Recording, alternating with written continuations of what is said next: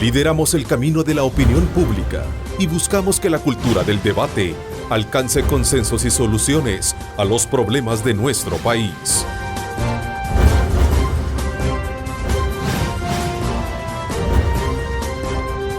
Diálogo con Ernesto López.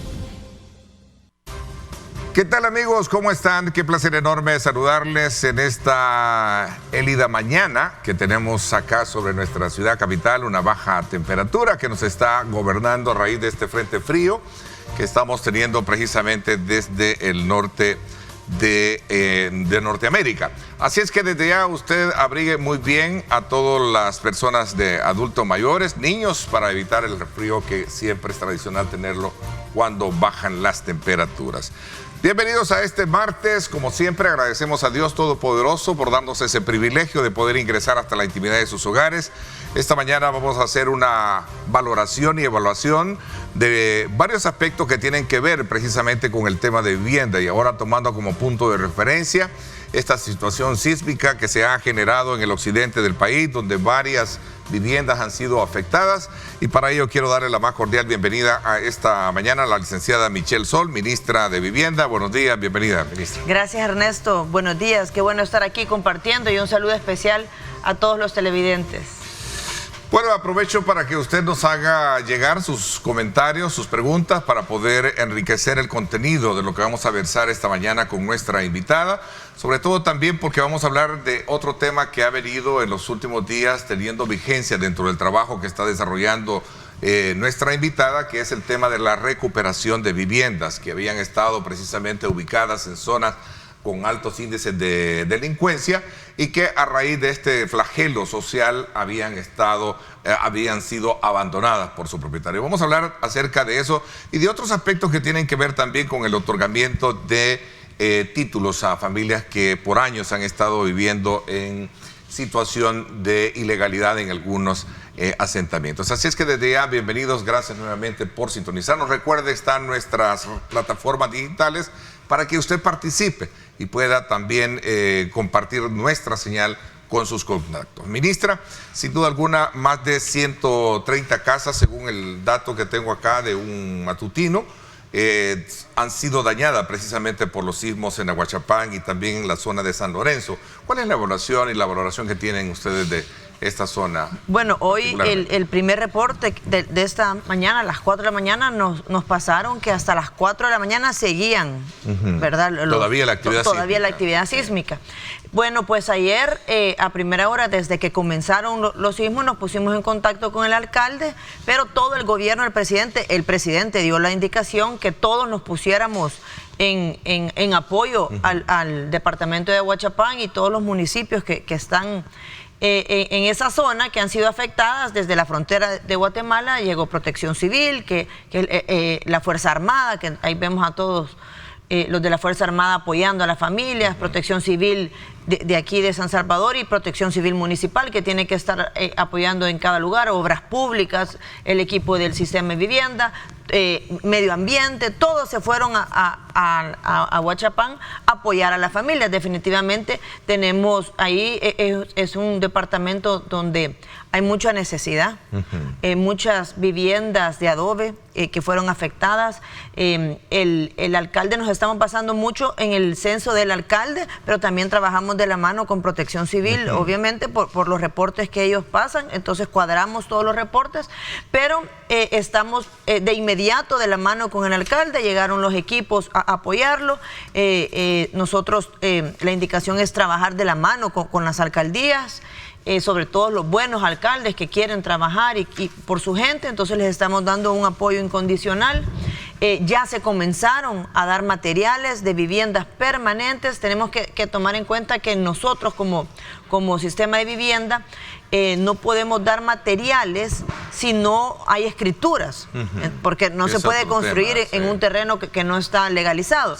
Pero ya tenemos los primeros reportes de las viviendas afectadas, pérdida total y que sí tienen escritora, entonces comenzamos inmediatamente ya a entregar los materiales, se les entrega un listado a las familias no se lo podían creer que el gobierno del presidente hubiera reaccionado tan rápido. Esta ayuda es complementaria, hay ayuda mutua, ellos ponen la mano de obra, nosotros les entregamos un plano de cómo construir la vivienda, pero también estamos supervisando y la alcaldía también se compromete a supervisar.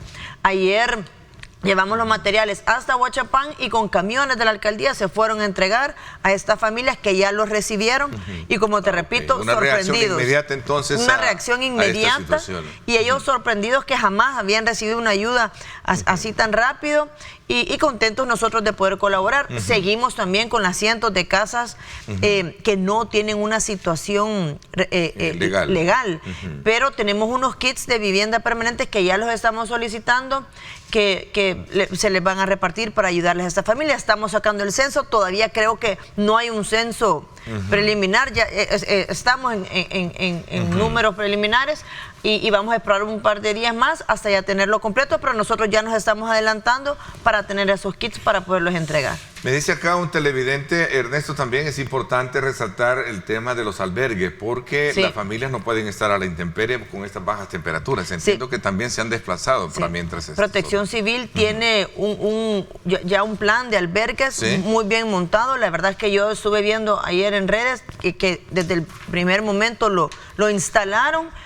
Ya con sus camarotes, con sus colchas, porque es una zona también bien helada. No, están bien organizados y ellos se encargan. Hay un director encargado de los albergues y ahí están imágenes y es sorprendente que lo tenían casi que de inmediato ya instalado. Están bien organizados y esta es una atención que se le da directamente a las familias afectadas, ¿verdad? Esto es importante, este trabajo que se hace en equipo, porque se le da esa tranquilidad a las familias, inclusive a los equipos del gobierno del presidente, de poder trabajar en los escombros, trabajar en las soluciones, y sabemos que las familias ya están en un lugar adecuado donde puedan estar los días necesarios hasta poder ellos regresar. Mire, ahí ven a las comisiones de protección civil llevando cargados a los adultos mayores, cargando a los niños, a su albergue, adultos mayores, y les dan comida, sus 3 tiempos de comida, hay atención médica, no, son súper preparados estos albergues. Y es que ministra el sismo de 5.1 grados, fue como fuerte. lo vimos, por cierto, andaba por ahí un video viral, que se hizo viral, donde veíamos la intensidad. Yo lo vi también, sí, fue fuerte, como a las 5 y media. 5 y media, por ahí andamos. El domingo. Sí. Lo cierto es que estamos hablando de prácticamente un terremoto en la zona, ¿no? Casi que un terremoto, por eso es que estas casitas quedaron bien dañadas. Usted comenzó diciendo algo que es una zona que es con una tasa de incidencia de pobreza muy alta, ¿no? Y sobre todo se refleja mucho en el tema de la construcción de las casas de adobe.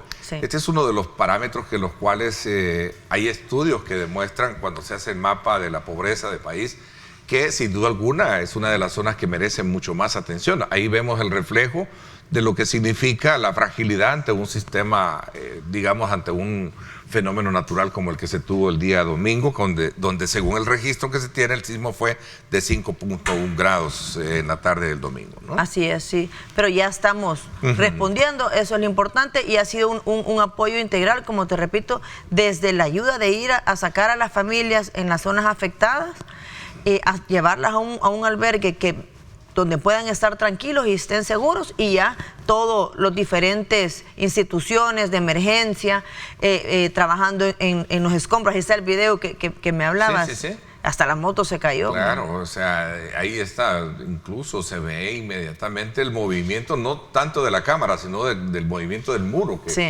¿Verdad? Bueno, hubo un muro que se cayó total. También. Yo ya vi que Obras Públicas está viendo cómo lo repara, están ya retirando los escombros, la Fuerza Armada, que es casi de inmediato que llega al lugar. Entonces creo que como gobierno estamos preparados para estas emergencias y respondiéndole a la población, que es lo que ellos piden, ¿verdad? Que tener un gobierno que esté a la mano de ellos. Lo bueno es que ya están ahí y esperamos desde luego que esta situación sísmica, pues sin duda alguna, vaya bajando de intensidad. Ahí está el muro que usted me comentaba. Ahí está el muro, de un centro escolar. O a un centro escolar. Ajá. Sí, y esperamos pues que la situación se normalice, que sea una situación bastante ya normal la que se vaya teniendo en la zona. Y desde aquí, pues un abrazo solidario para todas las familias que han salido afectadas por este enjambre sísmico, como en algún momento ya las autoridades han calificado. Bueno, ministra, hemos visto en el marco de lo que ha sido lo efectivo, el Plan Control Territorial y particularmente el régimen de excepción y todas estas etapas en las cuales muchos territorios que antes estaban asediados por la delincuencia, colonias a las cuales no se podía llegar y colonias que habían sido, familias habían abandonado sus casas. Entiendo que ha habido como una especie de recuperación de viviendas y me gustaría que me contara un poco en el marco de las acciones del Plan Control Territorial, las acciones que como encargada de la cartera de Estado se ha hecho al respecto. Bueno, cuando comenzó el gobierno del presidente Bukele, encontramos que habían estos activos que ya estaban tirados prácticamente a pérdida. Eran más de 6,000 activos totalmente que yo preguntaba, bueno, ¿y estos cómo lo vamos a ordenar? No, eso no es imposible, eso ya está tirado a pérdida. 6,000 viviendas, ¿verdad? Era un número bastante elevado. Tiradas a pérdidas. Prácticamente, o sea, cuando yo preguntaba sobre este inventario, me decían, no, ahí es imposible ingresar, ya no se puede entrar. Y era verdad, o sea, cuando te contaban, llegaban los ejecutivos del Fondo Social para la Vivienda, prácticamente dicen que los secuestraban por 2 horas, les preguntaban qué estaban haciendo, que por qué querían entrar a la comunidad, a la colonia, a donde fuera, y después de 2 horas que lograban convencerlos que llegaban a dejar una notificación porque venían del Fondo Social para la Vivienda, tenían que pagar una contribución de $25 para poder ir a dejar una notificación a la vivienda y era un trámite bastante peligroso y con miedo, ¿te imaginas uno sí, ponerse en los zapatos de ellos? Entonces, bueno, primero cumplir una responsabilidad como trabajador de ir a una zona bajo el riesgo de lo que ya conocemos, que gracias a Dios a lo mejor podían salir, otros no salían. Eso te iba a decir, mucha gente no salía, o sea, y eso todos sabemos que varios vendedores de servicio a domicilio ya no salían. Entonces muchos de los ejecutivos renunciaban y no querían hacer ese trabajo. Entonces, bueno, fue pasando los días, empezamos a averiguar qué podíamos hacer, porque los inventarios estaban ahí. Luego empezó el Plan Control Territorial, se empezaron a ver cambios de seguridad y empezamos a ver que se podía ingresar pero poco, o sea, empezamos a tratar, a intentar. De zonas a zonas, me imagino. De zonas a zonas. Entonces, en ese momento, el presidente autorizó que estas viviendas se les pusiera 0 prima y una tasa del 3% de interés, pero a donde fue ya el ingreso total a estas colonias fue ya con el régimen de excepción. Esto ha permitido que podamos entrar libremente a la hora que se quiera, en el momento que sea necesario, las veces que se necesitan. Entonces, hemos podido corroborar el inventario de vivienda abandonada, desmantelada, que hay en las diferentes zonas, porque no solo es en Soyapango, no solo es en La Campanera, pero ahorita que estaba este cerco de seguridad en Soyapango, decidimos llevar una feria de vivienda y fue una respuesta increíble. La gente entusiasmada que quería adquirir tal casa. Ellos saben la condición en que está la vivienda porque las viviendas prácticamente las dejan desmanteladas. Es triste ver cómo ocuparon esas viviendas y cómo las van deteriorando, desmantelando, les abren hoyos entre una vivienda y la otra. Ahí está, ahí vemos. Bueno, tú puedes ver ahí tampoco los servicios municipales podían ingresar. O sea, no ves nada de ornato, la limpieza, o sea, es un conjunto de cosas, los servicios de agua, de energía eléctrica. Esa es la campanera. ¿No? Esa fue la feria de vivienda que tuvimos el sábado. Y te digo, fue una respuesta increíble, la gente llegaba, gente de otros lados llegaba a ver porque querían regresar a su lugar. O sea, uno jamás hubiera pensado que la gente quiere regresar de un lugar a donde salieron huyendo con lo que andaban puesto. muchas veces dejaron el cuerpo de un pariente ahí y por salvar la vida de ellos tuvieron que hacer, son historias que te hacen un nudo en la garganta cuando lo estás escuchando. Para escribir un libro. ¿No? Fui este sábado otra vez a la Campanera y me sorprendió porque yo llegando y llega una señora que empieza a temblar, pero ella temblaba, ya mayor la señora. Yo creo que tenemos ese video, no sé si... Mira, yo no entendía qué pasaba. Ella creo que en el 2003 salió de ahí y nunca regresó y quería ir a ver dónde estaba su casa y temblaba de los nervios, temblaba del miedo. Tenemos el testimonio de un señor que también dio del hijo que lo mataron en la esquina. Exactamente. Ajá. No sé si eso lo tenemos. Me gustaría colocarlo en el contexto de la conversación que estamos haciendo con la ministra. Son historias, de historias que realmente han sido reales. Y esa es una de muchas que se tenían a raíz de cómo estos lugares, cuando estaban bajo el asedio de la delincuencia, eran una realidad. Veamos lo que dice. Le damos las gracias porque nos están dando ¿cómo se llama? La posibilidad de poder agarrar la vivienda, ¿verdad? Que por mucho tiempo he estado queriendo y no he podido. Hasta ahora pues esperamos de que... ¿Y de cuánto es el valor de la casa? Fíjese que la casa es de 9.792. ¿Y le están dando crédito? Para 30 años. 30 años, ok. ¿Y cómo ha visto usted la seguridad o en cuanto al cerco militar que han implementado? No, excelente, está bien. O sea, y por eso me he motivado a querer agarrar, no porque yo quería salir de aquí, ¿verdad? Pero viendo la situación que está, mejor agarrar la vivienda aquí, ¿verdad? Okay. Así que estamos bien. ¿Usted sale más libremente y todo? No, tranquilo, o sea, para decirlo, pues porque con esto de agarrar la casa aquí, eso quiere decir que la seguridad está bien. Interesante el testimonio. Sí. Regreso porque ahora la situación es diferente. Así lo dice la gente y es sorprendente cómo, bueno, todos sabemos que la gente sueña con tener su vivienda propia y muchos la tenían pero la tuvieron que abandonar por el tema de las delincuencias y es bien duro cuando yo voy a esos lugares, cuando vamos con los equipos, escuchar esos testimonios, escuchar a la gente con la esperanza de tener una vivienda, escuchar el llanto del dolor, del recuerdo cuando salieron. Y no entender qué pasó en los gobiernos anteriores, por qué permitieron que se apoderaran de las comunidades, de donde está el corazón de nuestra gente, de nuestra familia salvadoreña, porque ese es el corazón.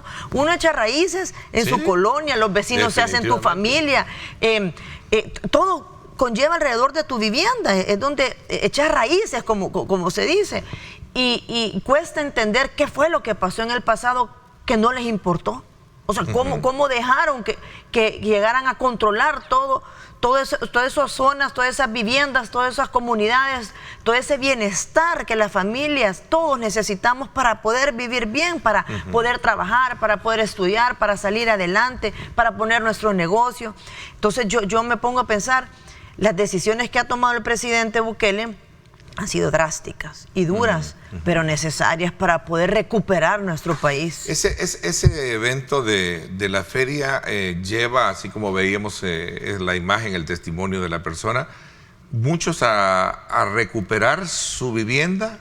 O a comprar la nueva, o a comprar una. O a comprar una, porque él decía, ahí hay un crédito y sí me han dado a 30 años. Sí. ¿Cómo es entonces para conocer un poco y ver esa reacción? Porque tenemos el testimonial, no sé, creo que ya lo andan buscando, de una señora que estaba llorando, precisamente hablaba de que ella había dejado abandonada su casa. El sueño de lo que muchos uno hace con lo poco, con su trabajo, con el sacrificio, con los créditos en el banco y perderlo así por así.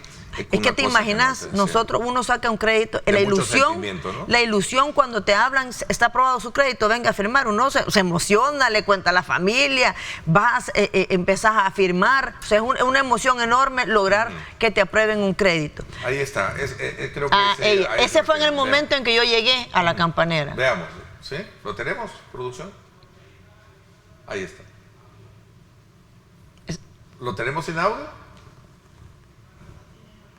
Me parece que lo tenemos sin audio, ¿no? Pero les puedo contar, ella estaba temblando.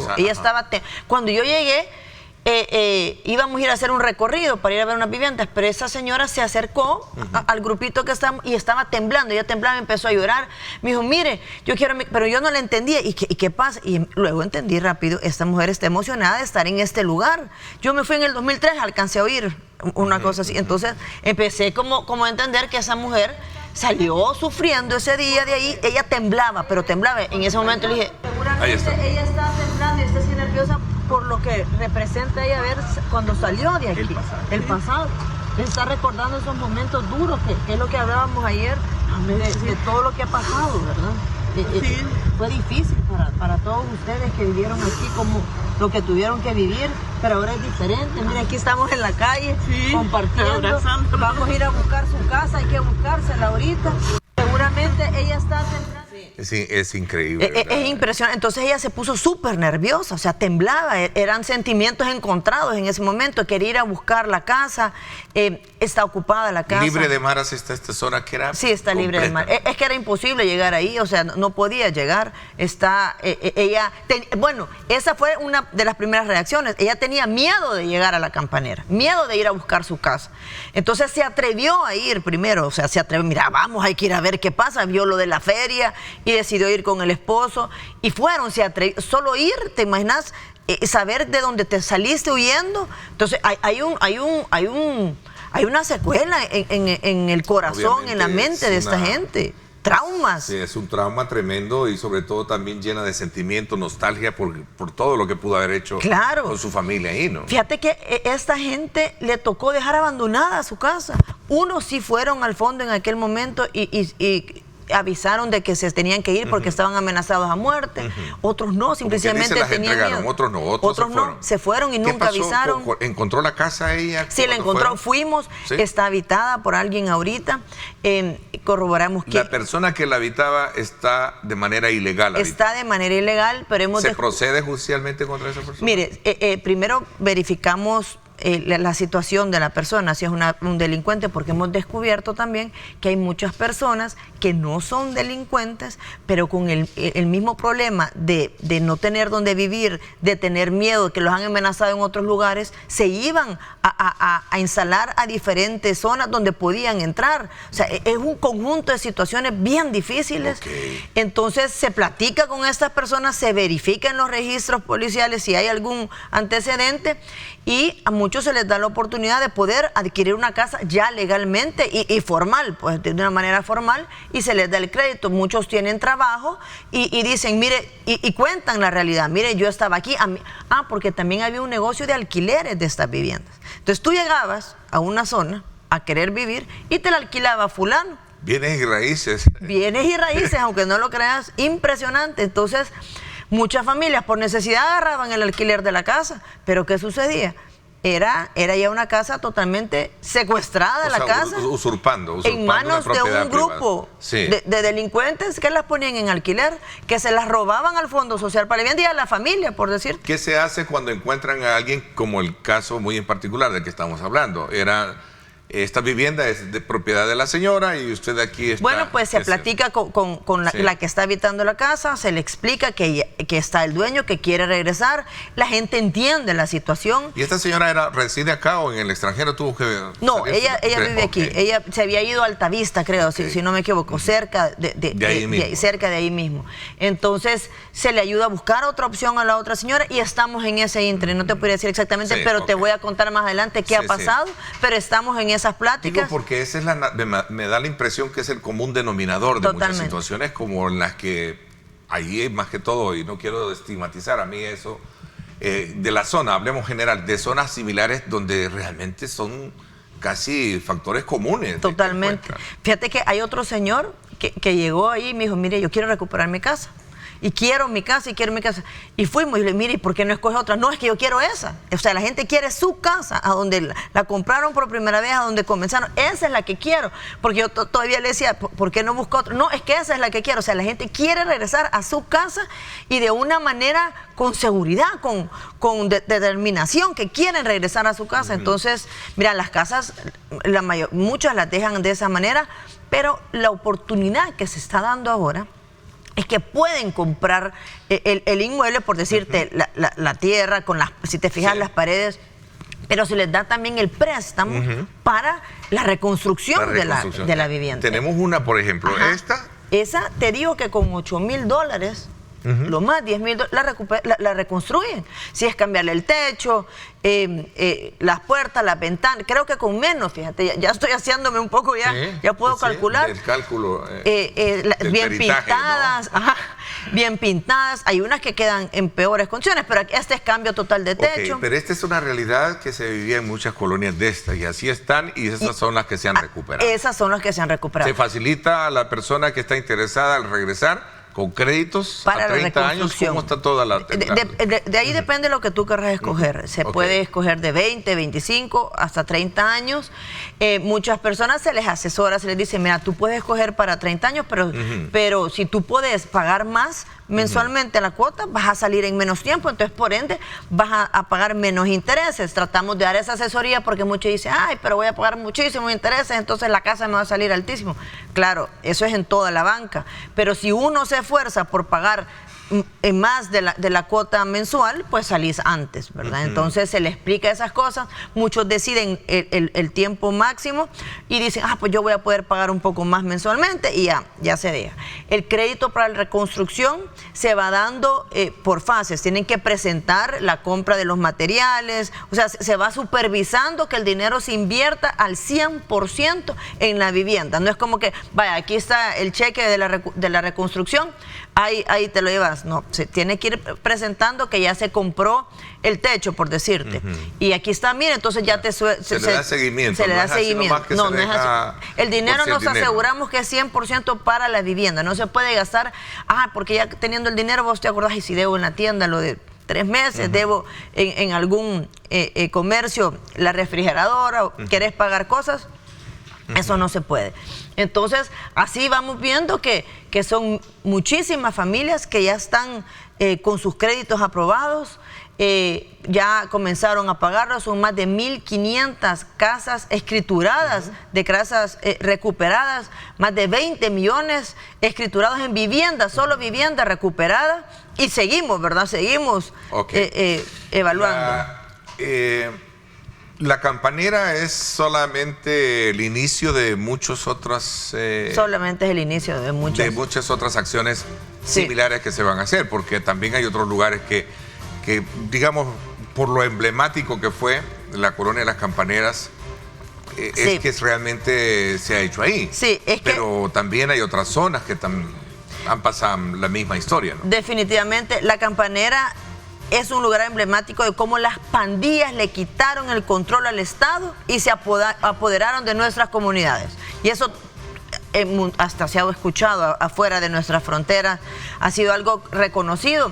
El puesto policial de las Campaneras es una casa del fondo que ya se la vamos a donar al director de la PNC por indicación del presidente. Ahí era una panadería de los delincuentes, de los mareros, y mataron a un policía adentro de esa panadería. Entonces ahora es la PNC y es un tema, como te digo, emblemático por cómo las pandillas le quitaron el control al Estado. Y lo más triste, cómo el Estado de aquella época permitió que eso sucediera. Es que ese es el tema para mí principal. ¿Por qué se permitió que la delincuencia dominara nuestro país y que afectara hasta sus propias familias, las familias de los delincuentes, las familias de los funcionarios de aquella época? ¿Por qué se permitió eso? Tanto dolor. Bueno, ¿cuánta gente no conocemos que vivía? Es como a mí me sucede, de repente conoces a alguien, yo vivo en tal lugar y soy funcionaria, yo quiero ayudarle, pues. Si a mí alguien de aquí me dice, mire, fíjese que yo estoy en un lugar, cree que no me ayuda con algo, uno trata de ayudar. ¿Qué pasó en aquella época, Ernesto? Cuando la gente les contaba a los funcionarios, mire, me llegaron a sacar a mis hijos de la casa, ayúdennos. Nadie hizo nada. Yo me pongo a pensar, ¿qué sucedió? ¿Qué pensaban los funcionarios del pasado? Y duele. Entonces, definitivamente la Campanera es emblemático, pero estamos trabajando, bueno, el gobierno, el plan control territorial, el régimen de excepción unido al régimen. Permite de alguna manera recuperar exactamente esas zonas, esas casas que en su momento estaban perdidas. Y hoy lo vemos en todos lados. Bueno, en la época de diciembre vimos tantos eventos en diferentes comunidades, eventos pequeños y eventos grandes, pero esa es una muestra de que ahora la gente puede disfrutar y que estamos teniendo los resultados y disfrutando los resultados del Plan Control Territorial sumado al régimen de excepción, con una nueva asamblea que está alineada al 100% a las decisiones del presidente Bukele. Aquí me dicen, Ernesto, sería bueno que también igual situación hicieran en otras colonias. Por ejemplo, aquí habla de la colonia Vista... ¿Vista Lago? Sí. ¿O Vista? Sí, también creo que Vista Lago. Fíjate que Vista Lago me cuentan que ha sido una de las Voy a hacer una pausa y sí, regresamos hablando un poquito sobre estas zonas también, porque lo otro, Ernesto, es que realmente quién nos garantiza que en su momento se va a mantener vigente los puestos policiales, porque puede ser que por un momento tengamos este apoyo, pero más adelante esto no suceda. Con mi familia nosotros perdimos una casa, la hemos logrado recuperar, pero tenemos siempre ese temor. Claro. ¿Qué garantías hay? Me gustaría que tu invitada nos dijera al respecto. Bueno, interesante, vamos a hablar de eso cuando regresemos, son las 7 de la mañana en punto. Gracias por estar con nosotros.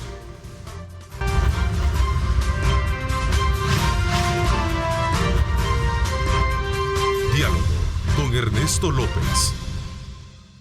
Bien, gracias nuevamente por estar con nosotros a esta hora de la mañana. Recuerde usted, si se desplaza por las diferentes arterias de la capital, paciencia con el tráfico que siempre a esta hora se vuelve bastante cargado. Vamos, ahí está, por cierto, hablando del oriente de la capital, viniendo hacia San Salvador, podemos apreciar la carga vehicular fuerte que tenemos sobre el Boulevard del Ejército en la entrada y conexión hacia el Boulevard Arturo Castellanos. Así es que usted téngase paciencia, y aquellos que van para el oriente, es decir, buscando el sector de Soyapango, también carga vehicular, son las 7:03, parte de esa historia misma que nos concierne siempre a esta hora con el tráfico. Seguimos nuestra conversación y en esta evaluación que estamos haciendo con la ministra de Vivienda, la licenciada Michelle Sol, sobre el trabajo de apoyo que se le está dando a las familias que han resultado afectadas sus viviendas en el occidente del país a raíz de este enjambre sísmico, y también hablando acerca de las viviendas recuperadas en antiguas zonas de riesgo, como por ejemplo La Campanera. Pero decía acá que si hay otras zonas donde también se está emulando este tipo de acciones en las cuales se están llevando a cabo recuperación de viviendas. Fíjate que aquí tengo un listadito, los departamentos con mayor número de viviendas recuperadas tenemos San Salvador, hemos recuperado 3.400 y siguen sumando, ¿verdad? Okay. Conforme se logra el control de más comunidades, se suman más viviendas. En La Libertad tenemos como más de 500, Santa Ana casi las 300, Sonsonate 150, por o sea, mencionarte. Recuperadas no solo en San Salvador. No, hay en todos lados. En todo el país, por decirte, unos más que otros, estos son los más fuertes, pero el caso de Ilopango. Que hablaba el televidente. Ajá, sí, por ejemplo. Vista Lago era una colonia donde murieron, ha sido la matazón más grande que ha habido, creo yo. Me han contado 5.000 personas, entre también soldados. Sí, recuerdo la historia de los soldados que fueron interceptados y que se supuestamente digamos, se equivocaron, iban en un microbús y fueron a parar allá. Fueron a parar allá y los mataron. Yo hace poco, bueno, con el alcalde de Ilopango, con José Chicas, trabajamos de la mano también, tenemos grandes proyectos. Ahí en Vista Lago tenemos el programa de reasentamiento del presidente Bukele, que son familias de alto riesgo y de extrema pobreza, los estamos reubicando en diferentes zonas, y Vista Lago ha sido una opción.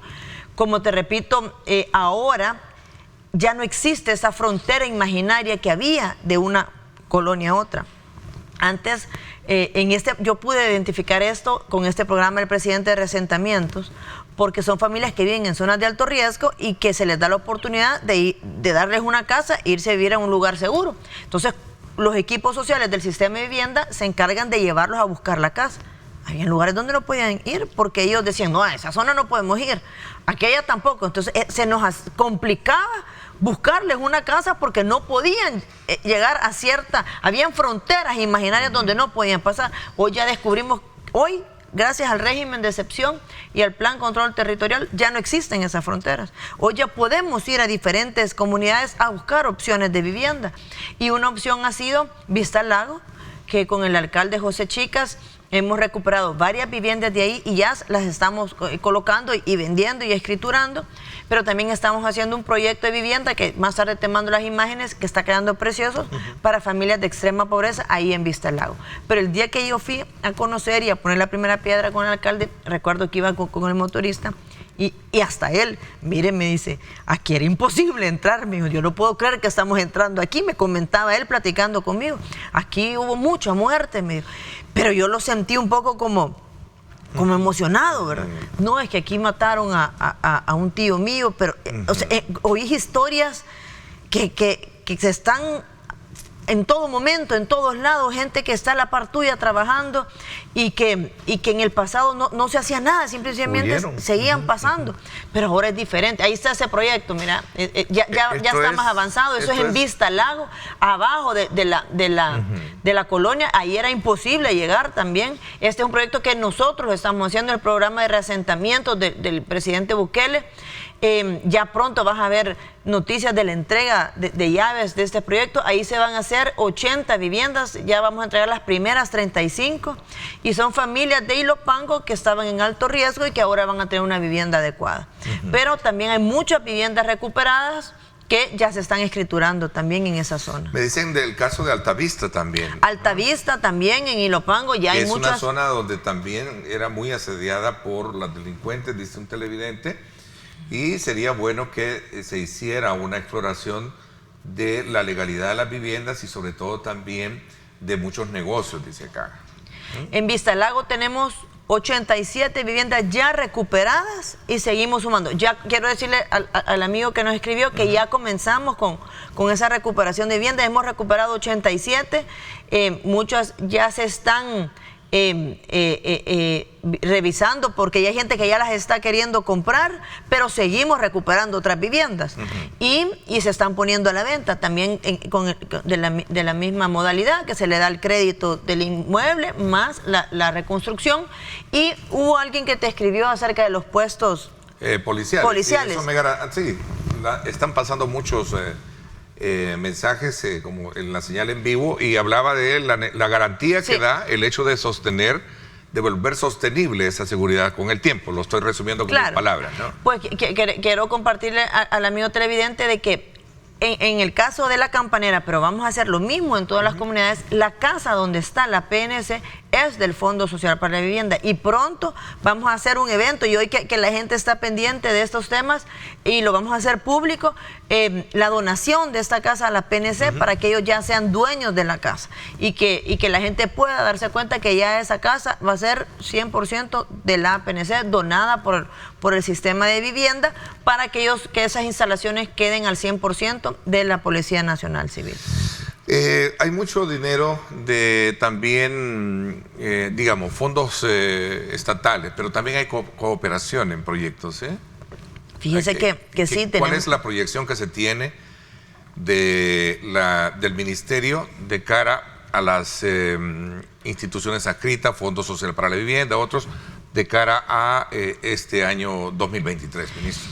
Bueno, estamos trabajando de la mano con la cooperación italiana. Ellos nos han dado más de 13 millones de euros para hacer tres proyectos grandes de cooperativas. Son 305 apartamentos que se están construyendo en el centro histórico. Queremos recuperar la vida nocturna, la vida de habitabilidad en el centro histórico, que haya vida de noche, pero familiar, ¿verdad? Una vida en que ya está viviendo en la zona. ¿De qué manera? Pues el Estado pone los terrenos, el Ministerio de Vivienda compra unas casas antiguas o terrenos en la zona y la cooperación italiana nos está dando los fondos para construir estos apartamentos. Y aquí es un componente de ayuda mutua. Ahí están los proyectos. Sí, veámoslo en cámara. Sí. Aquí creo que en ese se van a hacer 103. ¿Esta qué zona es? ¿Qué zona es esta? Este es creo que es el barrio no estoy segura, pero es en el centro histórico, exactamente en el centro histórico. San Esteban. Ah, pues sí, es el barrio San Esteban. no quería darte la información equivocada, pero aquí ves a las familias trabajando, porque cada beneficiario es parte del proyecto de su vivienda y ellos tienen que trabajar, poner mano de obra, y ves a las mujeres, la mayoría de las mujeres son las que más trabajan por construir su casa. Y aquí se trabaja de la mano con las cooperativas de vivienda. Ellos tienen que tener horas para trabajar, hay una supervisión total del ministerio, o sea, trabajamos en conjunto con la cooperación italiana. Estos son apartamentos, edificios de apartamentos. Recordemos que en el centro histórico no hay mucha tierra, la tierra es cara, entonces se tiene que construir vertical para poder ahorrar el tema de tierra. Bueno, y recordemos que parte de las grandes, digamos, proyecciones que a manera de territorio se ha planteado es el hecho de las construcciones elevadas, ¿verdad? Sí. Es decir, la construcción hoy debe ser hacia arriba en vista de toda la situación en la que nos encontramos por el tema de tierra, ¿no? El tema de tierra, sobre todo en la zona metropolitana, definitivamente tienen que ser apartamentos. Bueno, no sé si tú recordás la comunidad del Espino, la que vivía afuera en el arriate de Cancillería, a ellos se les hizo apartamentos. En ese terreno son de 2 pisos, pero ya son el concepto de apartamentos y tienen una zona verde bastante linda. Esta es en las Iberias Unidas, esto es la comunidad de los cocodrilos. Mire, este proyecto es sorprendente, es precioso, ahí están los apartamentos, mira, verticales de 3 pisos.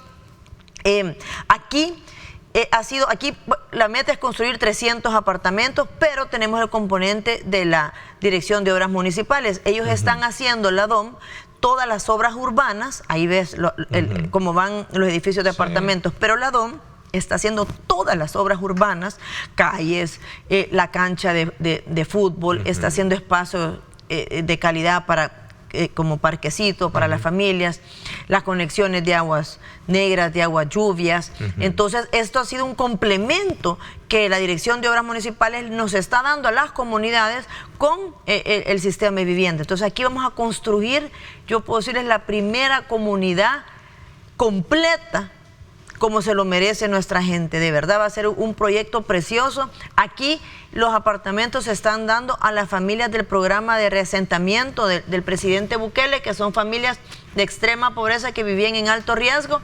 Y si tú ves que solo hay 3 edificios que suman 45 apartamentos. Nosotros teníamos el problema que la gente, no todos podían ir a esa zona por esas fronteras que les limitaba llegar a esa comunidad, a esa colonia, pero ahora tenemos dinero para hacer otras viviendas de familias de alto riesgo y ya completamos, ya tenemos 110 familias más que ya aceptaron irse a vivir ahí porque ya no tienen miedo de ir a una zona diferente que antes estaba controlada por los delincuentes. Imagínate ese sentimiento de poder decir, ya encontré dónde vivir, porque ya no tienen miedo ir a esa nueva, a esa colonia, no nueva, es un lugar que siempre ha existido. Claro, que siempre estuvo ahí. Lo que entonces, pasa es que tenían miedo. Y lo lindo de aquí, que el presidente ordenó que se hiciera con todos los servicios como debe de ser, o sea, que hay desagües de aguas negras, desagües de aguas lluvias, o sea, va a ser algo de lujo para la gente que más lo necesite. Entonces, esta es la respuesta de un trabajo articulado de la DOM con el sistema de vivienda, con el Ministerio de Vivienda para las familias salvadoreñas. A mí me emociona este proyecto, como no tenés idea. Ok, hay también otorgamiento de viviendas a veteranos de guerra. Entiendo, sí, ¿no? Es un programa con el Instituto de la INAVE.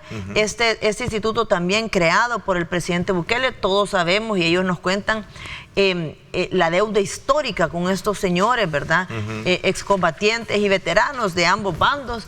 Pero el presidente ha decidido construir este instituto, el INAVE, para poderles dar seguimiento a las peticiones que ellos tienen. Y uno de los programas, porque tienen en agricultura, en diferentes, salud, en diferentes ramas, pero uno es el tema de viviendas y hemos ya entregado más de 450 viviendas a lo largo y ancho del país.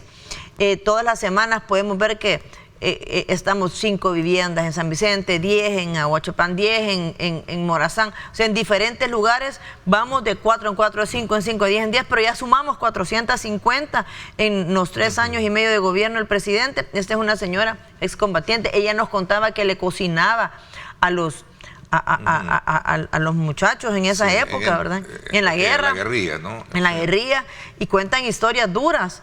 Esto lo hacemos de la mano con el INAVE.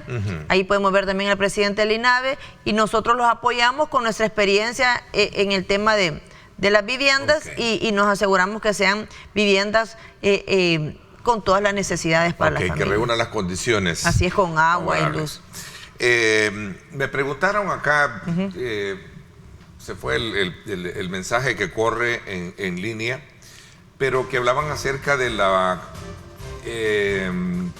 de los créditos, la facilidad de créditos en el Fondo Social para la Vivienda. Sí, mire, nosotros tenemos diferentes programas en el Fondo Social para la Vivienda. Quiero que sepan que somos líderes en el otorgamiento de créditos para viviendas, sobre todo de interés social. Vivienda nueva. Vivienda nueva, vivienda usada, apartamentos, construcción. Solo en los modificaciones también compra de terreno también. Solo aquí tengo ese dato, los primeros días de enero se han escriturado 246 créditos de activos por un monto de 3.2 millones. Esos son los activos de los que te había estado hablando. Ya se reservaron 361 viviendas en los últimos 7 días con un monto de 3.5 millones. Ya cuando las reservan, ya están en el proceso de la aprobación del crédito. Esta gestión también le hemos implementado, al fondo le hemos implementado mecanismos de corrupción. No en todos, no en todo caso. Tenemos diferentes programas para las casas recuperadas de 0 prima, 3% de interés, pero tenemos casa mujer, casa joven. Tienen que acercarse al fondo. Tenemos la facilidad de dar el crédito con dos personas, o sea, pueden de referencia, de representar sus ingresos 2 personas para que les sea más fácil otorgar el crédito. Hemos hecho un trabajo enorme en el fondo. Los logros del sistema de vivienda a través del Fondo Social para la Vivienda es líder en el otorgamiento de créditos para vivienda en el país. Solo en la gestión del presidente Bukele hemos beneficiado a más de 30,000 familias con una inversión que ya llega a los 580 millones en todo sentido. Pero solo en escrituración del Fondo Social para la Vivienda llevamos 518 millones, solo de escrituración, de créditos aprobados. Aquí hay viviendas desde $8,000, bueno, hasta 150,000 puede prestar el Fondo Social para la Vivienda. Tenemos de interés social, pero también tenemos para la clase media. Ministra, la vi en la isla Tasajera. Sí. También que ahí hay un problema serio, ¿no? Sí, mire, lo que sucedió en la isla Tasajera es que la isla Tasajera pertenece a 3 personas, digamos. Una es el Estado, que tiene la mayor de tierra, ¿no? Hay un espacio que es de la familia Closa, y hay otra familia Saca también, que no es del expresidente Saca, porque todos dicen que es que el expresidente, pero no es del expresidente Saca. Entonces la familia Closa quiere vender su terreno a alguien privado. Ellos vienen desde hace años queriéndose deshacer de ese terreno. Y también hay otro pedazo que es el del casco urbano. Ese es un espacio donde ya está entregado a las familias y ya pertenece al casco urbano de la isla. Entonces el pedazo que tiene la familia Closa desde hace un montón quiere venderlo, pero tienen unas familias que están viviendo en su terreno, que no son contadas, o sea, son como, ahorita no tengo el número, pero 20, 30 familias que viven en el terreno de los Closa. Solo esas familias, cuando yo platiqué con ellos, les dije, miren, si ustedes llegasen a vender el terreno para lo que sea, antes tienen que solucionarle a estas familias que han vivido ahí por necesidad en su terreno. Ese fue lo que platicamos con ellos. Suya. Entonces siempre les hemos estado recordando eso. Ellos tienen problemas de mediación en la zona, entonces se les está colaborando, dándoles los límites del terreno del Estado para que se respeten cualquier norma. Entonces en eso estamos, pero ahí nadie va a ser desalojado, absolutamente nadie. Lejos de eso, a las familias que están en el terreno, que son unas 30 familias, se les va a dar un lugar seguro y propio para ellos. Es casi similar a la situación de las notificaciones. Bien parecido. Que más adelante vamos a hablar acerca de cuál es el avance a raíz de la comisión interinstitucional que se ha creado, ¿no? Tenemos una mesa. Una mesa, ¿verdad? Para resolver ese problema grande de las notificaciones que se dan hoy en día. Vamos Ministra, a platicar ese tema, definitivamente, Ernesto. Ha sido un gusto conversar con usted. Gracias por haberme acompañado. Gracias, Ernesto. Un saludo a todos y espero que se acerquen a las ferias de vivienda que estamos llevando hacia los municipios donde más lo están pidiendo. Así que un saludo para todos y nos vemos pronto. Bueno, los invito a ustedes a que se queden con nosotros, conozcamos ahora un poco más el ADN del nuevo Instituto Salvadoreño de Pensiones. El presidente de esta nueva institución, Marlon Vázquez, me acompañará, así es que desde ya les invito a ustedes a que se queden con nosotros y hablemos de las pensiones y sobre todo también del rol que va a jugar el Instituto Salvadoreño de Pensiones en el marco de este nuevo reforma que se ha dado. Vamos a la pausa, gracias, 7:21. Gracias por estar con nosotros.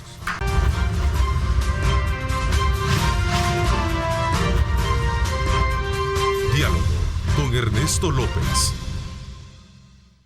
Bien, gracias nuevamente por estar con nosotros esta mañana. Vamos a entrar ahora a hablar acerca de cómo el Instituto Salvadoreño de Pensiones, que es el nuevo ente normador y regulador en el tema de pensiones, que a raíz de las reformas que se aprobaron en la Asamblea Legislativa, entra ya en vigencia a partir del mes de enero y por supuesto también a poder llevar a cabo todos los aspectos que contempla esta reforma, como por ejemplo el tema del 30% en la aplicación ya del incremento a las pensiones mínimas. Ese es solo para hablar de uno de muchos aspectos que tienen que ver esta mañana y para la cual quiero darle la más cordial bienvenida a su presidente, al licenciado Marlon Vázquez Tica. Bienvenido, gracias por acompañarnos. Buenos días, Ernesto, es un gusto estar acá. Buenos días a la audiencia, es un placer compartir con ustedes y informar a la población de cuál es el rol del Instituto Salvadoreño de Pensiones en esta nueva entrada en vigencia de la reforma integral al sistema de pensiones de El Salvador.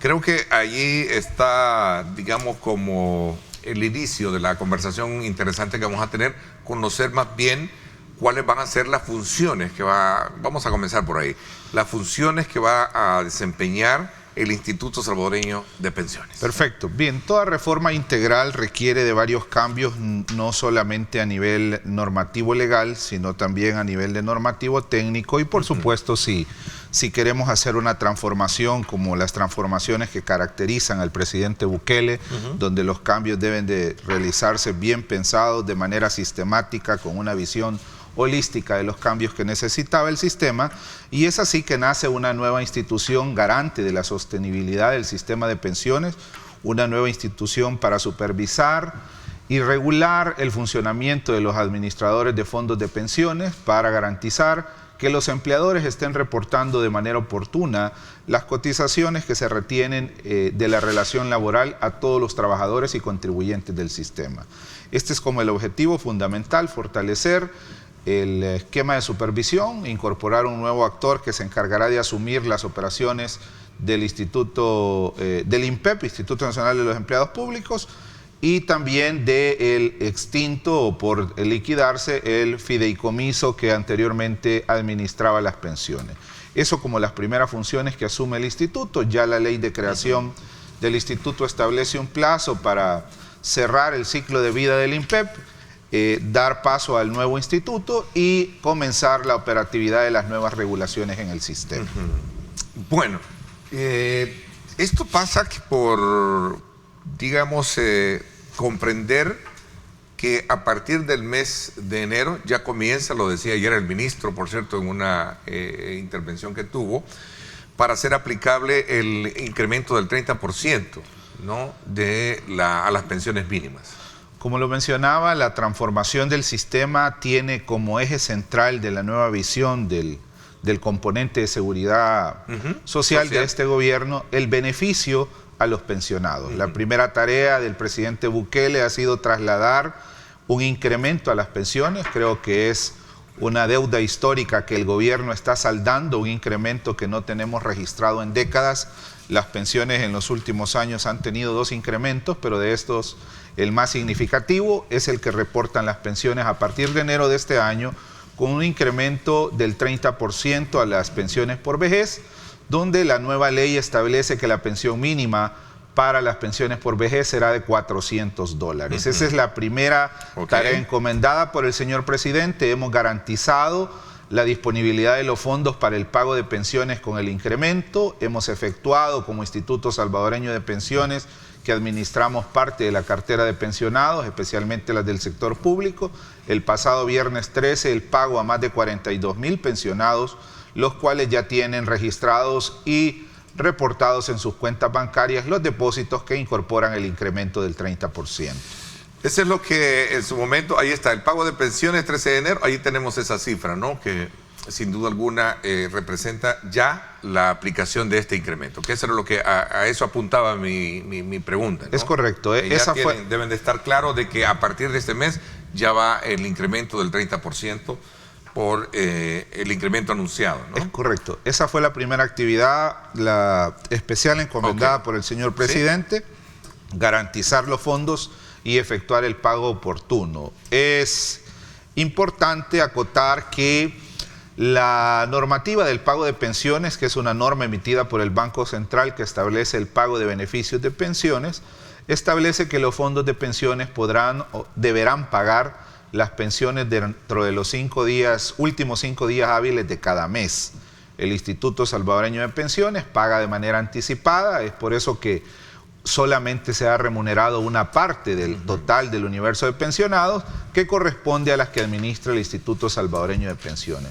En su oportunidad, la Unidad de Pensiones del Seguro Social compensará el próximo 25 de enero, al igual que lo harán las administradoras de fondos de pensiones de conformidad con la calendarización ya informada de este instituto y ya comunicada a sus diferentes afiliados. Ok, son las 7 de la mañana con 30 minutos, voy a hacer una pausa cuando regresemos. ¿Cuál es la diferencia entre el instituto, lo que desempeñaba en este caso el tema del INPEP, que ya tiene, perdón el término que voy a ocupar así bien a los salvadoreños, los días contados, ¿verdad? Y en este caso también las administradoras de fondos de pensiones? Me gustaría un poco conocer en el contexto de desarrollo funcional que va a tener frente a esos 3 elementos que plantea. Voy a hacer una pausa, gracias por estar con nosotros, son las 7 con 31 minutos.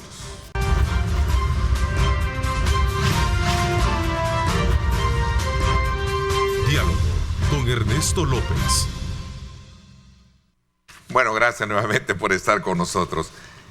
Sin duda alguna hay muchos números de por medio al hablar de cómo está la estructura de toda la reforma, técnicamente hablando, y de el impacto que esto puede tener dentro del punto de vista fiscal. Pero sí me gustaría de alguna manera también saber otros aspectos que tienen que ver con estas figuras que han estado actuando. El INPEP, por ejemplo, decía que tiene sus días contados. Toda esa responsabilidad la asume el instituto, ¿sí? Sí, como tú lo mencionas y como la ley de creación del instituto lo establece, parte de la reforma integral, esa transformación importante es cerrar la vida del INPEP. El INPEP ha tenido un rol de pagador de pensiones públicas. Solamente es una parte de las actividades que realizará el Instituto Salvadoreño de Pensiones. Ese es uno de los procesos, de las gestiones, de los macroprocesos que realizará el Instituto Salvadoreño, pero no será la única.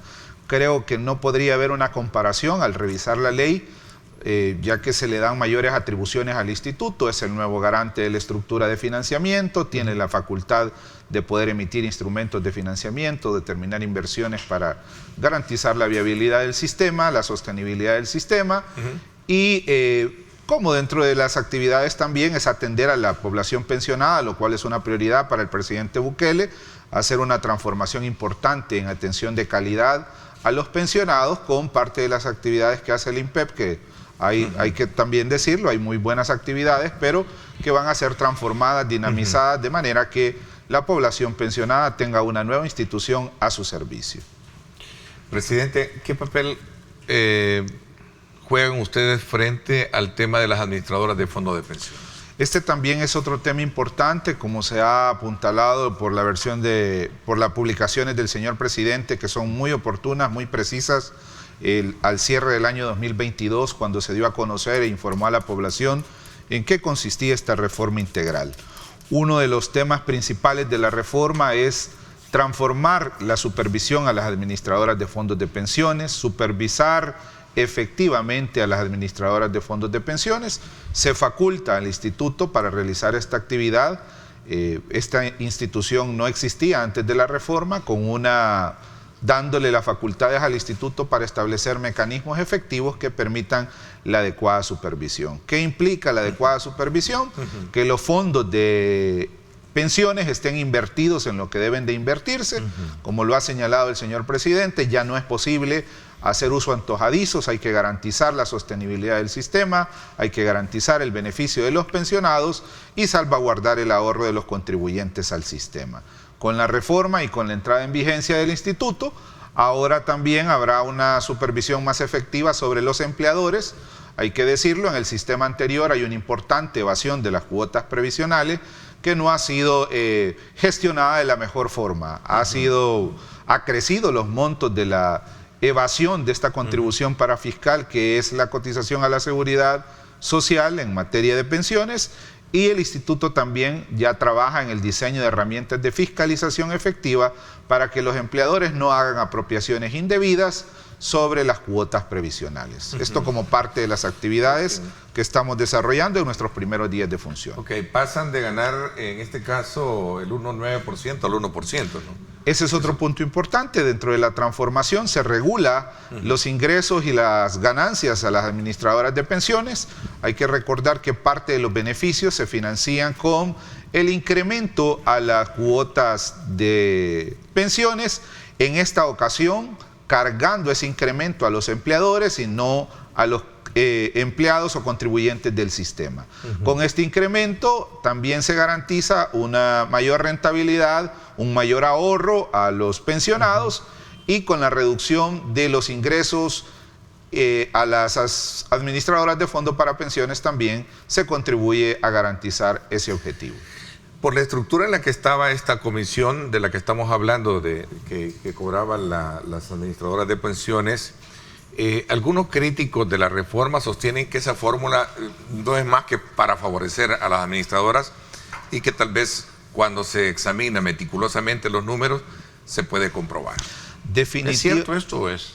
Definitivamente siempre hay un crítico. Creo que en todos los ámbitos de la vida todos tenemos, por ejemplo, la solución de quién debió ganar la final del Mundial y cómo debió ganarse la final del Mundial. Igual pasa en el tema de pensiones, e incluso todos los que tuvieron la oportunidad en gobiernos anteriores de corregir este tema, ahora mágicamente tienen la solución que no tuvieron por décadas.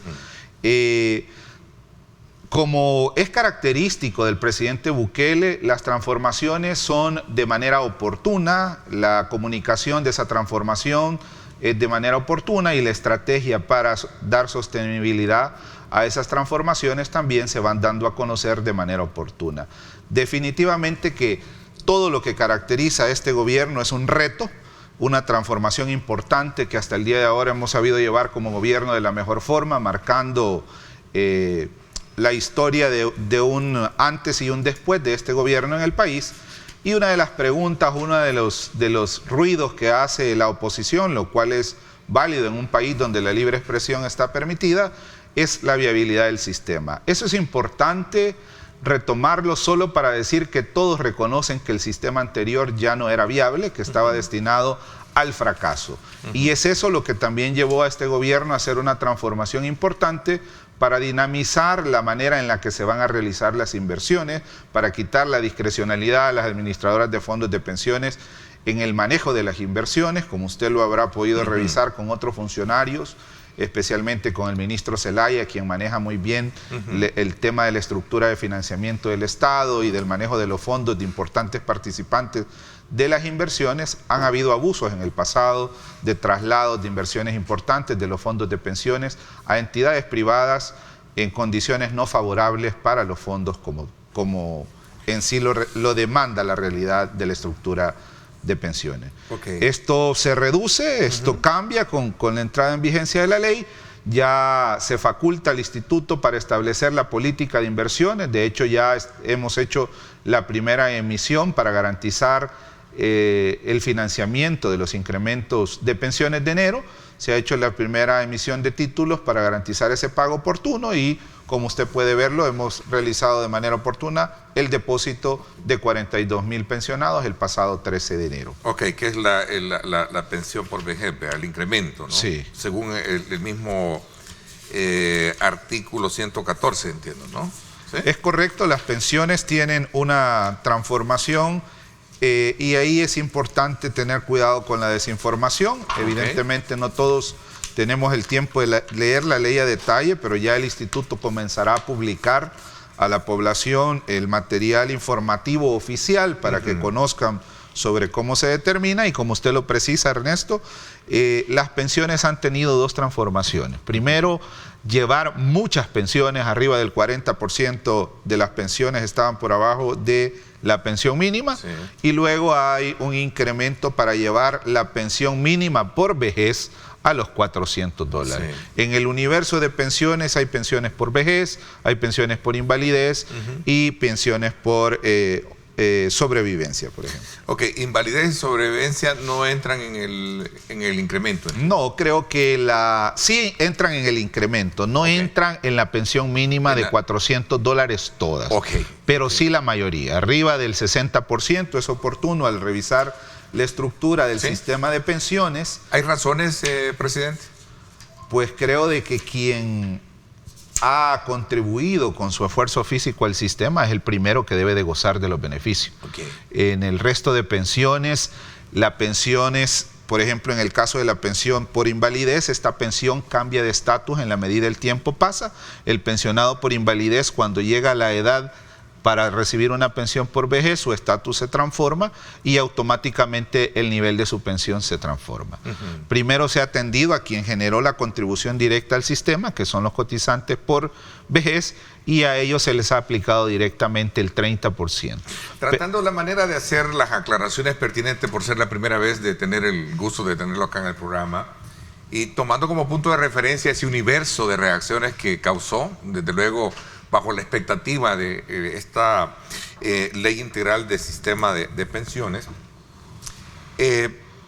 todo esto está respaldado, toda esta reforma, todo esto que se está haciendo, ¿está respaldado con estudios actuariales? En efecto, Ernesto, todo está respaldado con estudios actuariales. El financiamiento se ha garantizado, habrán... esta es una gran primera fase de la transformación. Oportunamente el gobierno va a decidir el mecanismo para ir informando a la población. Creo que, como ponía el ejemplo de la final del Mundial, debemos de estar concentrados en el partido de ahora. Sí. Y todo lo que viene del partido de ahora y que viene de los partidos de los próximos meses y años está garantizado. Ok. Basado en esa tesis del partido, que hay que estar concentrado en el partido, ¿verdad? De fútbol, ¿existe garantía en el tiempo que este sistema es funcionable y sostenible en el tiempo? Perdón, valga la redundancia. Esa es una pregunta muy importante. ¿Existe la ingeniería financiera para hacerlo sostenible en el tiempo? Habrá que analizar, la realidad es cambiante, no... Dentro de 4, 5, 6 años podría ser que la realidad del país es diferente. El esfuerzo y los recursos y la estrategia está orientada a hacer viable el sistema, a mejorar el sistema de recaudación, a incrementar los participantes en el sistema y a obtener el pago oportuno, que es algo que incluso los analistas de la oposición no tienen considerado porque no tienen estadísticas precisas, no tienen estadísticas actualizadas de los niveles de evasión que reporta el sistema. El sustento de este planteamiento del que hablamos está hecho a base de nuevos, usted así lo menciona, nuevos integrantes, ¿no? De nuevos cotizantes, de nuevos aportes. Darle la formalidad que requiere al sistema. Y esto va a depender, desde luego, de ese universo de nuevos actores en el mercado productivo, ¿verdad? Es correcto. De nuevos trabajadores, de nuevos cotizantes. Nuevos cotizantes. Ok, vamos a hacer una pausa más, como la verdad que es un tema muy importante el que estamos hablando y el tiempo se nos está agotando. Voy a hacer una pausa. Si se ha ajustado el tema de las pensiones élites o no, cómo desde luego quedó con el tiempo, había sido uno de los puntos neurálgicos de esta discusión que se generó a partir de la mención misma de las famosas pensiones élites. Vamos a hablar de esto cuando regresemos. También a usted, amigo que nos sintoniza, gracias por estar enviando sus comentarios, sus preguntas, que vamos a trasladarlas a nuestro invitado esta mañana, que es precisamente el presidente del nuevo Instituto Salvadoreño de Pensiones, el licenciado Marlon Vázquez. Vamos a la pausa y regresamos con más.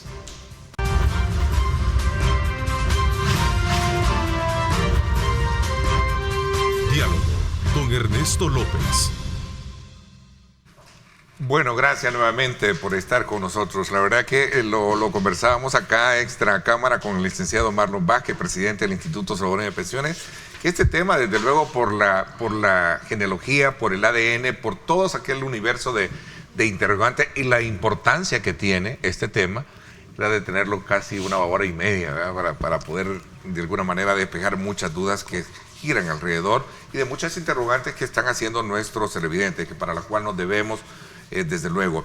A ver, en el caso muy en particular, ¿cómo queda la condición de aquellas pensiones élites, ¿no? Si se hizo el ajuste, entiendo que estas desaparecen y el techo máximo va a ser de $3,000. ¿Qué va a pasar cuando aquella persona que a lo mejor gane más que cualquier otro tabla y pueda obtener, de acuerdo a esa cotización, más arriba de $3,000, o no se le va a permitir cotizar más allá de eso que permite la ley? Bien. ¿Cómo queda esa condición, esa figura? Es oportuno, sin entrar a verlo desde la perspectiva técnica, que creo que no es la más agradable para discutir de manera rápida a través de los medios. La pensión funciona como un ahorro. Es un fondo que a lo largo de la vida productiva todos generamos, ahorramos. Ese ahorro genera una rentabilidad. Por ese manejo hay una comisión que ahora se ha reducido con la reforma integral. Y cuando llegamos a la edad de retiro, que también se mantiene, es importante precisarlo, la reforma no mueve las edades de retiro, se mantienen en los términos que se encontraban previo a la reforma, y en ese momento se hace el cálculo de la pensión. Hay un procedimiento de cálculo que también se divulgará a los cotizantes y a los pensionados para que conozcan de la manera más transparente, lo ha indicado el presidente Bukele, el mecanismo a través del cual se establece la pensión. Como todo ahorro, a la hora de niños aprendemos, ¿verdad? A la hora de romper la alcancía y disfrutar de lo que ahí tenemos ahorrado, si durante el tiempo que ahorramos en esa alcancía le sacamos de vez en cuando con los ganchitos ahí un par de monedas, a la hora de romper el ahorro y repartir el uso del mismo, la cantidad a distribuir se reduce. Claro. Eso es importante aclararlo. Para quienes hicieron el retiro de esto, eso tiene un efecto en su cálculo de la pensión. Sin embargo, han sufrido incrementos, han sido objeto de incrementos, pero considerando este cambio en la estructura de sus ahorros, reciben más incrementos quienes no tocaron ese fondo. Ahora también la reforma no les obliga a hacer el reintegro. Eso es importante aclararlo. La ley anterior, para poderse jubilar, mandataba que la gente tenía que hacer el reintegro de ese 25%. Eso desaparece. O con trabajar 5 años más, que decía la ley anterior. Es correcto, que es el equivalente a ese reintegro. Definitivamente. ¿Qué pasó con las famosas pensiones VIP? Parte de esa transformación integral es hacer el sistema... Perdón, presidente, para no pasar, regresando al tema anterior, sí hay un incremento, pero no es el del 30%, entendería. Sí hay un incremento, pero no es el del 30%. Dependiendo del tipo de pensión. Dependiendo del tipo de pensión, son los incrementos. Los que retiraron el 25% van a entrar en ese universo de incremento, pero no el 30%. Es correcto, no en la misma estructura. ¿Cuánto es el porcentaje? No se tiene, el 5%, no recuerdo si fue ese. Es un poco mayor, no tengo a la mano el dato, pero con gusto lo compartimos, pero sí hay un incremento. Bajo la lógica de que tengo menos fondo, mi tratamiento de incremento es diferente a quien sí tiene los fondos íntegros para poder incrementar. No hay posibilidad de revertir esta situación, ¿verdad? Digo desde el punto de vista de que lo reintegren, porque en algún momento he escuchado algunas voces que por ahí tienen ese sostén. No se requiere, Ernesto, y creo que en la lógica financiera, es bien fácil decirlo desde la parte técnica, no lógica financiera, nadie tiene el interés de reintegrar un fondo que retiró para realizar una inversión o para cubrir una necesidad del momento. Creo que es pensar muy utópicamente al decir que la población quiere reintegrar el 25%. Ok, interesante. Pasamos al otro tema. ¿Sí? Bien. El otro tema que VIP, de las famosas... este es el otro elemento que está preguntando acá un televidente y les agradezco muchísimo, y eso es lo bueno a mí me encanta cuando la gente participa y de esta manera. Ernesto, si yo quiero tener un ahorro más allá de lo que me puede dar la facultad de $3,000 y llegar a tener una pensión, ¿cómo voy a hacer? ¿Yo puedo aportar más y puedo llegar o tengo derecho o ya no me permite la ley? Llegamos a la misma lógica. Aparte de lo que libera la ley, la reforma es que usted puede cotizar por el monto que usted quiera. Okay. Ya no existen los techos para cotización. Ese techo desaparece. Antes hablábamos entre $7,000 y $8,000, un techo que año con año era revisado por los indicadores económicos y por los anteriores supervisores del sistema. Con la reforma ahora desaparece. Hablando de que tiene la misma lógica del ahorro, quien ahorra más, Ernesto, tiene derecho a una distribución mayor. Es decir, si está en este sistema nuevo, esta persona, un ejecutivo, por ejemplo, voy a ponerme, perdón que me ponga por delante el yo, si yo quiero tener una pensión más allá, ¿yo puedo meter un dinero para poderlo recibir más allá de los $3,000? Puede hacerlo, y ese es el análisis financiero que harán los cotizantes al sistema, cuánto es la rentabilidad que este fondo de ahorro, hoy conocido como fondo de pensiones, me genera, que no me genera una cuenta bancaria, por ejemplo. Y si tener el ahorro en esta estructura de un fondo de pensiones me es favorable porque no tengo la intención de retiro en el largo plazo, probablemente voy a optar por ahorrar a través del vehículo del fondo de inversión de las pensiones, porque tendrá una rentabilidad mayor que cualquier otro título de corto y mediano plazo del sector financiero. Ok. Me queda claro. Aquí el tema de, entonces, las VIP desaparecieron, ¿no? Sí, las VIP, recordemos que es parte de los abusos del sistema anteriormente. A veces la historia hay que recordarla para no repetirla. La discrecionalidad con la que las pensiones fueron determinadas en los primeros años de cambio del sistema, allá por 1998, donde hubo un reparto antojadizo, una determinación antojadiza, y lo que caracterizó a los gobiernos anteriores, ¿verdad? La falta de auditoría social en aquel momento, la falta de la divulgación masiva de lo que hacía el gobierno, permitió que se hicieran abusos y se establecieran pensiones sin algún trato equitativo a las mismas, y eso ahora está siendo regulado. Eso, cuando hablamos de la corrección y lo que hace ruido en los análisis, estamos hablando del hecho de corregir las pensiones que se determinaron en el pasado de manera abusiva, de manera antojadiza. Como usted lo menciona, ahora los cotizantes tienen la posibilidad de ahorrar y la pensión se determinará oportunamente en virtud a lo que ahorren en el nuevo sistema. Bueno, aquí hay otra pregunta que me parece que es muy importante colocarla sobre la mesa. Usted hablaba en su intervención de este es lo que tenemos para hoy en día. Podría ser que el día de mañana las situaciones cambien. ¿A qué se refiere? Preguntarme.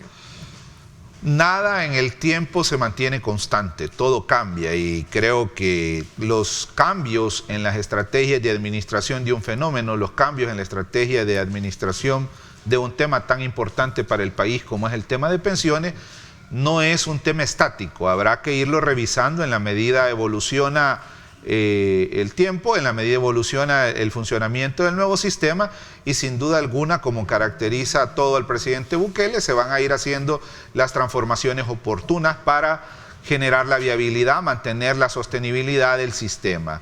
Es importante este análisis porque estamos acostumbrados en el pasado a creer que la realidad se iba a normar para un futuro indeterminado, que las leyes eran textos escritos en piedra que no deberían de ser modificados porque la realidad no se transformaba. Ahora sabemos que no es así.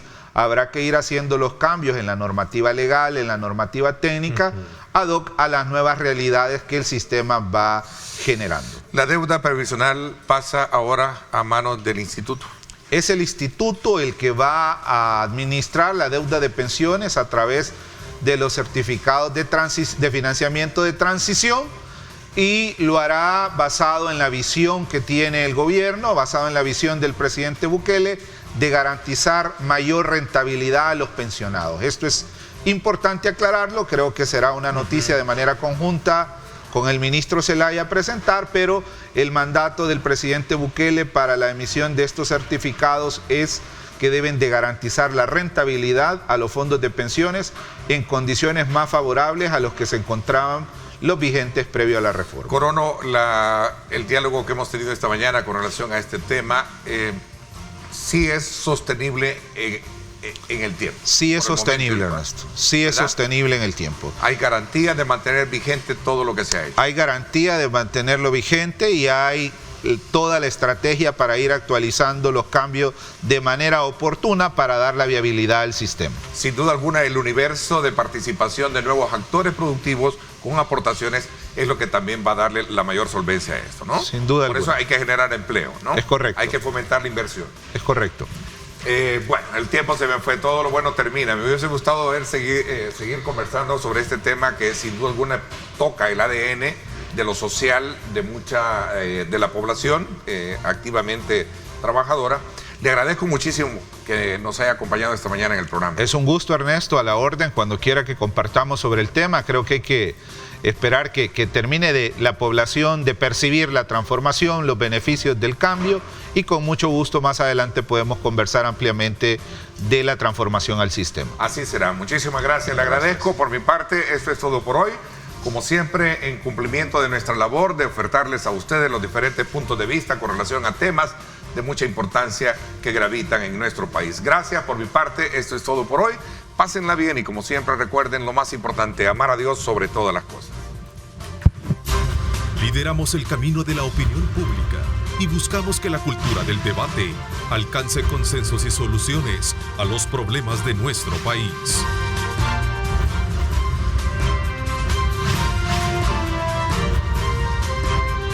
Diálogo con Ernesto López.